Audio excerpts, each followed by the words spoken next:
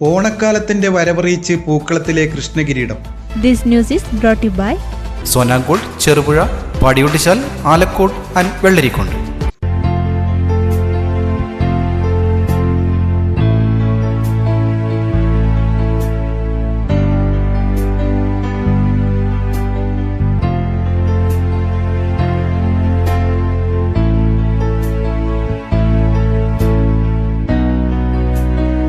പൂവേ പൊലിയുന്ന ഈണം പാടി ഓണക്കാലത്തിനെ വരവേൽക്കാൻ ഒരുങ്ങിക്കഴിഞ്ഞു.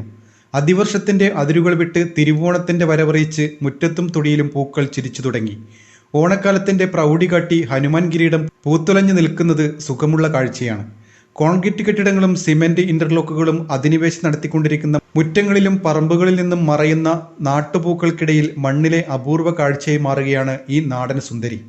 നാടൻ തനിമയുള്ള ഗ്രാമങ്ങളിൽ മാത്രമാണ് കൃഷ്ണകിരീടം എന്നുകൂടി വിളിപ്പേരുള്ള ഈ സുന്ദരി ചിരിച്ചു കുണുങ്ങി നിൽക്കുന്നത്.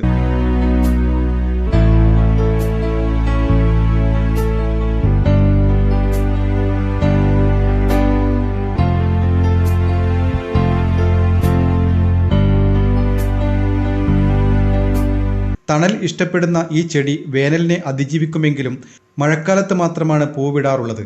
ഒരു കുലയിൽ കിരീടത്തിന്റെ മാതൃകയിൽ അടിഭാഗം വീതിയിലും മുകളിലെത്തുമ്പോൾ ചെറുതുമായതാണ് പൂക്കുല. കിരീടം പോലുള്ള ഈ രൂപമാണ് ഇതിന് ഹനുമാൻ കിരീടം എന്ന പേരിനുള്ള കാരണം. ഒരു കുലയിൽ നൂറുകണക്കിന് ചെറിയ പൂക്കൾ ഉണ്ടാകും.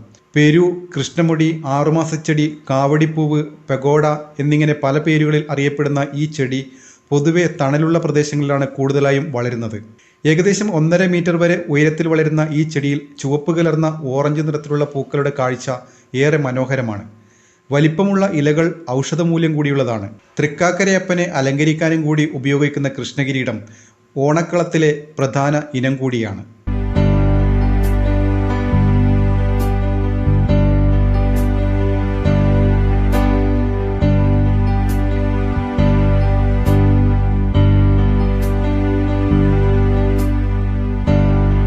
ആഘോഷവേളകളെ അവിസ്മരണീയമാക്കാൻ ആർഭാടങ്ങളിലെ അണിയലങ്ങളുമായി പൊന്നിന്റെ കലവറ.